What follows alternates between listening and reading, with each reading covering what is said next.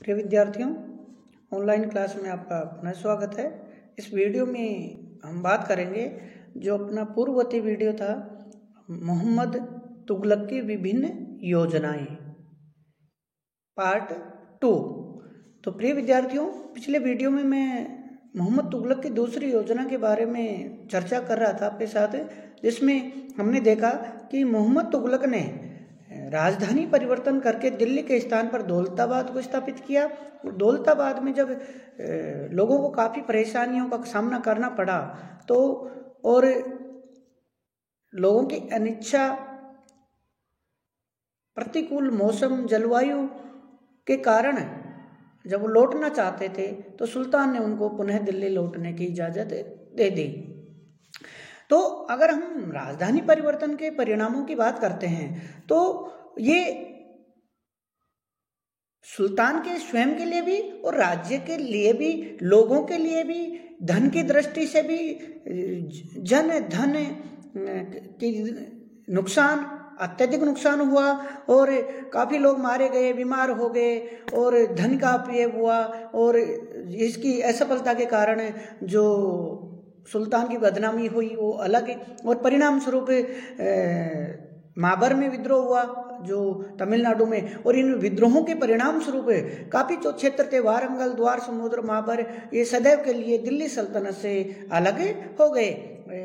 और दूसरा महत्वपूर्ण जो परिणाम ये हुआ कि दौलताबाद मुस्लिम शिक्षा संस्कृति का महत्वपूर्ण केंद्र के रूप में वो स्थापित हुआ। तीसरी योजना की बात करते हैं हम मोहम्मद तुगलक की। तीसरी योजना थी मोहम्मद तुगलक के राजस्व सुधार, और जिसमें दोआब में राजस्व करों में वृद्धि। राजस्व सुधारों के संदर्भ में जो तीसरी उसकी योजना थी वो थी दोआब में राजस्व करों में वृद्धि। तो प्रिय विद्यार्थियों, अलाउद्दीन खिलजी के बाद मोहम्मद तुगलक दूसरा महत्वपूर्ण शासक था जिसने सल्तनत कालीन राजस्व व्यवस्था में महत्वपूर्ण सुधार किए, और उनके जो सुधार थे ये मुगल काल तक प्रचलित में रहे, स्थायित्व लिए हुए रहे। मोहम्मद तुगलक ने अपने राज्य की आय जांचने के लिए सभी प्रांतीय अधिकारियों, गवर्नरों, सूबेदारों उनको निर्देश दिया कि वो अपने अपने राज्य की आय को लिखें और उनको सुल्तान के पास भेजें। मोहम्मद तुगलक ने शेख शिहाबुद्दीन को अपना प्रमुख दीवान मुस्तक राज के पद पर नियुक्त किया, जो भूमि कर वसूल करने वाले जो राजस्व अधिकारी थे उनके नाम जो बकाया राजस्व वसूली करने वाला विभाग था उसका मुखिया नियुक्त किया। और मोहम्मद तुगलक ने 100 गांवों का कर वसूल करने वाले जो अधिकारी थे उनके ऊपर एक नया अधिकारी नियुक्त किया जो शताधिकारी के नाम से जाना जाता था। वो इनके 100 राजस्व गांवों का कर वसूल करने वालों अधिकारियों का निरीक्षण करता था, उनकी जांच करता था। इसके अलावा भी मोहम्मद तुगलक ने राजस्व व्यवस्था में काफ़ी सुधार किए, और उन्हीं सुधारों में एक महत्वपूर्ण जो सुधार है मोहम्मद तुगलक का वो है दोआब में भूमि करों में यानी भू राजस्व में वृद्धि। आप जानते हैं कि अब ये भी कहते हैं कि मोहम्मद तुगलक ने दोआब में करों में वृद्धि क्यों की। एक कारण जो बर्नी वगैरह जो तत्कालीन इतिहासकार वो लिखते हैं कि बर्नी दोआब की हिंदू जनता जो विद्रोही थी उसको सबक सिखाना चाहता था। दूसरे जो इतिहासकार वो ये कहते हैं कि उसकी विभिन्न योजनाओं के कारण अत्यधिक धन की और आवश्यकता थी, राजस्व की आवश्यकता थी। क्योंकि दोआब का जो क्षेत्र था वो अत्यधिक उपजाऊ था, समृद्ध था, यहाँ के जो किसान थे वो बड़ी संख्या में, मात्रा में फसलों का उत्पादन करते थे, समृद्ध थे, इसलिए वो बढ़ी हुई भूमि कर की दरों को देने में सक्षम थे, वो दे सकते थे, वो उसको भार वहन कर सकते थे। इसलिए मोहम्मद तुगलक ने दोआब में भूमि करों में वृद्धि कर दी 1/10 से लेकर 1/20। लेकिन निश्चित रूप से जानकारी नहीं मिलती, लेकिन ये निश्चित पता चलता है कि दरों में काफ़ी वृद्धि की गई थी। लेकिन दुर्भाग्य ये हुआ, दुर्भाग्यवश, संयोगवश उसी वर्ष दोहा में लंबा अकाल पड़ा, 7 वर्षीय अकाल पड़ा। और जब सुल्तान ने करों में वसूली में शक्ति दिखाई तो जो किसान थे, जो जमींदार थे, जो सक्षम थे, समृद्ध थे, वो विद्रोह रुख को उन्होंने अपनाया और बढ़ी हुई भूमि कर की दरों को देने से इनकार कर दिया। और किसानों ने कई राजस्व भूमि वसूल करने वाले अधिकारियों, सैनिकों की हत्या कर दी और अपनी फसलों में आग लगा दी, जंगलों में चले गए। और सुल्तान ने इस विद्रोही जनता के खिलाफ सख्त रुख अपनाया और हजारों की संख्या में किसानों की हत्या कर दी गई। इस प्रकार जो दोआब का जो क्षेत्र था वो विद्रोह का केंद्र बन गया। जो जब सुल्तान को इसकी जानकारी मिली कि दोआब में अकाल पड़ गया है, तो उसने वहाँ की प्रजा, जनता को राहत देने के लिए उपाय किए, लेकिन जब तक काफ़ी देर हो चुकी थी और परिणाम ये हुआ कि सुल्तान की बदनामी हुई और जनता को अत्यधिक कष्टों का सामना करना पड़ा। तो इस प्रकार जो मोहम्मद तुगलक की जो दोहा में भू राजस्व वृद्धि का जो योजना थी वो भी असफल सिद्ध हुई। चौथी जो योजना की हम बात करेंगे वो है सांकेतिक मुद्रा का चलन। प्रिय विद्यार्थियों, ये अत्यंत ही महत्वपूर्ण और क्रांतिकारी योजना थी मोहम्मद बिन तुगलक की, कि उसने, हम पहले बात करते हैं कि मोहम्मद तुगलक ने मुद्रा व्यवस्था में महत्वपूर्ण सुधार किए। जैसा कि आप देखते हैं कि पहला जो शासक था सल्तनत कालीन मुद्रा व्यवस्था में सुधार करने वाला वो था इल्तुतमिश। इल्तुतमिश के बाद मुद्रा व्यवस्था में महत्वपूर्ण सुधार करने वाला जो शासक है वो है मोहम्मद तुगलक है। और मोहम्मद तुगलक ने नए सिक्के भी चलाए और उसने नई प्रकार की मुद्राएं चलाई। उसने एक दोनी नाम का एक नया सिक्का चलाया और 140 ग्रेन का चांदी का सिक्का चलाया। उसने सोने का सिक्का का जो भार था, जो 175 ग्रेन था, उसकी भार को बढ़ाकर 200 ग्रेन कर दिया। यानी उसने, जिसमें फारसी और अरबी में दोनों तरफ लेके लिखे हुए थे, यानी मोहम्मद तुगलक ने मुद्रा व्यवस्था में महत्वपूर्ण सुधार किया। जो उसका सबसे महत्वपूर्ण जो सुधार है मुद्रा व्यवस्था में वो है सांकेतिक मुद्रा का प्रचलन चलाना।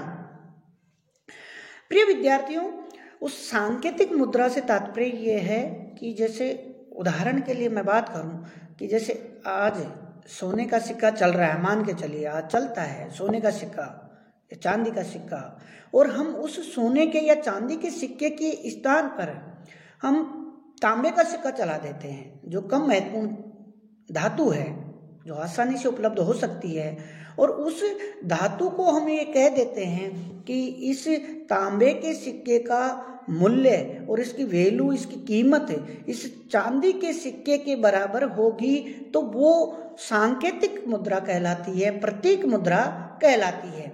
मोहम्मद तुगलक ने भी यही किया कि उसने तांबे के सिक्के के स्थान पर सांकेतिक मुद्रा के रूप में, प्रतीक मुद्रा के रूप में तांबे के सिक्के चलवाए और उन तांबे के सिक्कों का मूल्य, कीमत, उनकी वैल्यू वो भी चांदी के सिक्के के बराबर घोषित कर दी।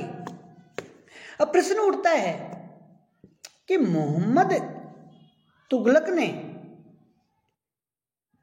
चांदी के मुद्रा के स्थान पर सांकेतिक मुद्रा या प्रतीक मुद्रा का चलन क्यों किया? तो कुछ इतिहासकार ये कहते हैं कि मोहम्मद तुगलक नए आविष्कार, नए विचार, नई योजनाएं लागू करने का शौक था और वो ऐसा करना चाहता था। दूसरा कि उस समय ऐसे 2 उदाहरण थे विश्व में, विशेषकर एशिया के संदर्भ में बात करते हैं। चाइना में कुबलाई खां ने सांकेतिक मुद्रा को चीन में लागू किया था, प्रतीक मुद्रा को, और वो योजना सफल रही थी। ऐसी ही योजना ईरान के गैताकू खां ने भी लागू की थी, लेकिन ईरान की जो गैताकू खां की जो योजना थी प्रतीक मुद्रा, सांकेतिक मुद्रा की, वो योजना असफल रही थी। तो मोहम्मद तुगलक भी उन योजनाओं को यहाँ लागू करना चाहता था, उनका परीक्षण करना चाहता था। तीसरा, जो विद्वान नेल्सन राइट कहते हैं, लिखते हैं, वो कहते हैं कि 14वीं सदी में न केवल भारत में बल्कि संपूर्ण एशिया में, या यूं कहें कि चांदी की कमी हो गई थी, चांदी की भारी कमी थी, इसलिए चांदी को सुरक्षित रखना जरूरी था। और उसी की आवश्यकता की पूर्ति के लिए मोहम्मद तुगलक ने चांदी के सिक्कों के स्थान पर तांबे की प्रतीक सांकेतिक मुद्रा चलाई, जो काफी हद तक सटीक भी लगती है। खैर, जो भी हो, मोहम्मद तुगलक ने चांदी के सिक्कों के स्थान पर लोगों को ये कहा कि तांबे का सिक्का चलेगा, और तांबे के सिक्के की वैल्यू, कीमत, मूल्य चांदी के सिक्के के बराबर होगा, तांबे के सिक्के का मूल्य। और सबसे बड़ी जो गलती जो उसने की मोहम्मद तुगलक ने, वो ये कि आप जैसे जानते हैं कि आज जब 21वीं सदी में हम बात करते हैं, विज्ञान का इतना आविष्कार हो चुका है, तरक्की हो चुकी है, तो हम जब ऐसी जो मुद्रा है, भारतीय मुद्रा जो है या किसी भी देश की मुद्रा देख लीजिए, वो इतनी वैज्ञानिक तरीके से, इतनी सटीक और इतनी विविधता लिए हुए होती है, जटिल होती है कि जिसकी आसानी से कोई नकल न कर पाए। फिर भी लोग उसकी नकल करने का प्रयास करते हैं, जाली मुद्रा चलाने का प्रयास करते हैं। तो आप सोच सकते हैं कि उस जमाने में ऐसी कोई चीज़ें नहीं थी कि मुद्रा में इस तरह की कोई वैरायटी, विविधता ही नहीं थी, जटिलता ही नहीं थी कि जिसकी कोई नकल ना कर सके, जिसके कोई नकल करके जाली मुद्रा तैयार नहीं कर सके। दूसरा कि सल्तनत काल में इस समय जो टकसाल थी, वो ऐसा नहीं था कि राजकीय नियंत्रण में ही हो, जैसे आजकल मुद्रा व्यवस्था पूरी तरह से राजकीय नियंत्रण में होती है। तो अगर टकसाल जो मुद्रा चलाने का, ढालने का कार्य केवल राजकीय टकसाल में ही होता तो शायद नकल नहीं होती, लेकिन वहाँ तो शराब का घर भी टकसाल था। तो परिणाम ये हुआ कि लोगों ने जाली मुद्राएं, सिक्के चलाना प्रारंभ कर दिया। जैसे बर्नी कहता है कि प्रत्येक हिंदू का घर टकसाल बन गया, जहाँ जाली सिक्के तैयार किए जाने लगे, और वो जाली मुद्राओं के स्थान पर चांदी के सिक्के ले जाने लगे, जो सुल्तान ने जिसकी व्यवस्था की थी। लेकिन ऐसा नहीं था, सभी लोग, जिसमें हिंदू भी थे, मुस्लिम भी थे, सभी ने जाली मुद्राएं, सिक्के चलाना, छापना, खुदवाना, बनवाना प्रारंभ किया, जिससे राजकोष को भारी क्षति हुई और व्यापार को नुकसान हुआ। विदेशी जो व्यापारी थे उन्होंने भारत में अपना माल लाने से इनकार कर दिया, और जो लोग जाली सिक्के बेचने लगे, उसमें जो चलाने लगे, तो मुद्रा व्यवस्था और राजस्व व्यवस्था चौपट होने लगी। उद्योग, आयात विशेषकर प्रभावित हुआ, और मजबूर होकर सुल्तान को यही योजना भी वापस लेनी पड़ी। और पुनः अभी ये दोबारा ये हुआ कि जब चांदी के सिक्के पुनः जारी किए गए, तो वो जाली जो तांबे के सिक्के के स्थान पर चांदी के सिक्के, सोने के सिक्के लोगों को दिए गए, तो इसको राजकोष को भारी नुकसान हुआ। परिणाम स्वरूप सुल्तान की भारी आलोचना हुई, उसकी ये योजना भी असफल सिद्ध हुई। पांचवी जो योजना थी वो थी खुरासान अभियान या खुरासान विजय योजना। तो ये योजना जो थी वो योजना थी मिस्र के शासक और ट्रांसआक्शियाना के शासक और सुल्तान इल्तुतमिश के मध्य त्रिमैत्री जो संगठन बना मध्य एशिया खुरासान में आक्रमण करने को लेकर, उसका परिणाम था ये। और इस मिस्र और ट्रांसआक्शियाना और दिल्ली का मोहम्मद तुगलक ने खुरासान पर आक्रमण करने की योजना बनाई, और उसके लिए 3,70,000 सैनिकों की सेना भर्ती की गई, और उनको 1 साल का अग्रिम वेतन दे दिया गया। लेकिन बदले हुए समीकरण परिस्थितियों के कारण ये जो खुरासान का अभियान था वो कभी व्यावहारिक रूप से किया ही नहीं गया। परिणाम क्या हुआ? 3,70,000 की जो सेना थी उसको भंग कर दिया गया और उनको अग्रिम वेतन देने से, जो 1 साल का अग्रिम वेतन दिया गया, उससे राजकोष की स्थिति खराब हो गई। वो उस पर बाहर आया, वो राजस्व संकट की स्थिति पैदा हो गई और जो सेना भंग की गई उससे जो लोग बेरोजगार हुए, उन्होंने अशांति पैदा कर दी, उपद्रव पैदा किए, विद्रोह किए। तो परिणाम स्वरूप आर्थिक दृष्टि से भी और यूं सभी दृष्टि से ये जो योजना थी खुरासान अभियान, वो भी राज्य के लिए घातक सिद्ध हुई और सुल्तान की अत्यधिक बदनामी हुई और उसकी आलोचना हुई, विद्रोह हुए। तो इस प्रकार उसकी 5वीं योजना भी असफल सिद्ध हुई। 6ठी योजना इसी तरह की थी, विजय अभियान के संदर्भ में थी। और जब ये जो अभियान किया गया वो था कराजल अभियान। 6ठी उसकी योजना थी कराजल अभियान।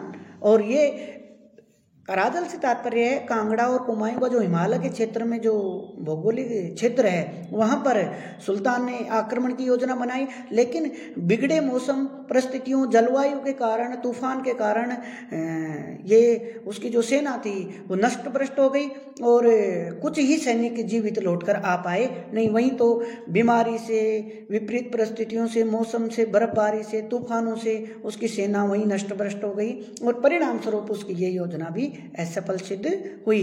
इस प्रकार हम देखते हैं कि मोहम्मद तुगलक ने जो विभिन्न योजनाएं लागू की, जिसमें हम उसके एक नए कृषि विभाग की स्थापना, दीवान अमीर कोई की देख लीजिए आप, राजधानी परिवर्तन की देख लीजिए आप, दोआब में राजस्व करों में वृद्धि देख लीजिए आप, सांकेतिक मुद्रा का चलन देख लीजिए आप, खुरासान अभियान की योजना, कराजल अभियान की योजना, ये सारी योजनाएं असफल हुई, विफल साबित हुई और परिणाम ये हुआ कि सुल्तान जितनी जितनी योजनाएं लागू करता गया वो योजनाएं असफल होती गई। सुल्तान चिड़चिड़ा होता गया, कठोर होता गया। उसकी योजनाओं के परिणाम स्वरूप, विफलता के परिणाम स्वरूप लोगों में विद्रोह, आक्रोश, असंतोष बढ़ता गया और सुल्तान का भी जो क्रोध था, गुस्सा था, जनता के प्रति नाराजगी, चिड़चिड़ापन वो बढ़ता गया। और जब सुल्तान ऐसे ऐसे निर्णय लेता गया, योजनाएं असफल होती गई, तो जो सुल्तान था वो जनता के, प्रजा के कोपभाजन का शिकार बना, उसको आलोचना का सामना करना पड़ा और परिणाम स्वरूप आप देखते हैं कि दिल्ली सल्तनत में मोहम्मद तुगलक के शासनकाल में विभिन्न विद्रोह प्रारंभ हो जाते हैं और उसका जो समय है 1335 ईस्वी से लेकर 1351 का जो बाकी का जो समय है वो इन विद्रोहों को समाप्त करने में ही निकल जाता है। और आप इन विद्रोहों को दबाने में वो दक्षिण भारत जाता है। ठट्टा आप देखते हैं, वहाँ से तमिलनाडु, माबर के विद्रोह को दबाया नहीं जा सका। परिणाम स्वरूप वारंगल, द्वार समुद्र, माबर ये हमेशा के लिए दिल्ली सल्तनत से अलग हो जाते हैं। इसके बाद गुजरात में विद्रोह प्रारंभ हो जाता है। नव मुस्लिमों, मंगोल जो थे, उन्होंने विद्रोह करने प्रारंभ कर दिए और बाद में गुजरात से सिंध की तरफ विद्रोह हो जाते हैं। और वहाँ सिंध में जब वो विद्रोह को दबाने जाता है मोहम्मद तुगलक, और सिंध में ठट्टा नामक स्थान पर वो बीमार हो जाता है और वहीं पर उसकी मृत्यु हो जाती है 1351 ईस्वी में। इस प्रकार जो मोहम्मद तुगलक सल्तनत कालीन सभी शासकों में सबसे ज़्यादा योग्य था, पढ़ा लिखा था, विद्वान था, दूरदर्शी था और अपने समय से आगे की सोच रखता था, विचार रखता था, जानकारी रखता था। वो एक विद्वान, योग्य शासक इतिहास में एक आलोचना का पात्र बन जाता है। वो घृणा या यूँ कहें कि निंदा का पात्र बन जाता है, बदनामी का कारण बन जाता है। उसके पीछे क्या कारण है? वो कारण है कि उसकी योजनाएं समय से पहले थी और वो उनको सही रूप से क्रियान्वित नहीं कर पाया। वो अपने अधिकारियों, अपने मंत्रियों, अपने दरबारियों, अपने अमीरों को विश्वास में लेकर उन योजनाओं को सही तरीके से क्रियान्वित नहीं कर पाया और लोगों को उन योजनाओं के महत्व के बारे में वो बताने में सफल नहीं हुआ। धन्यवाद।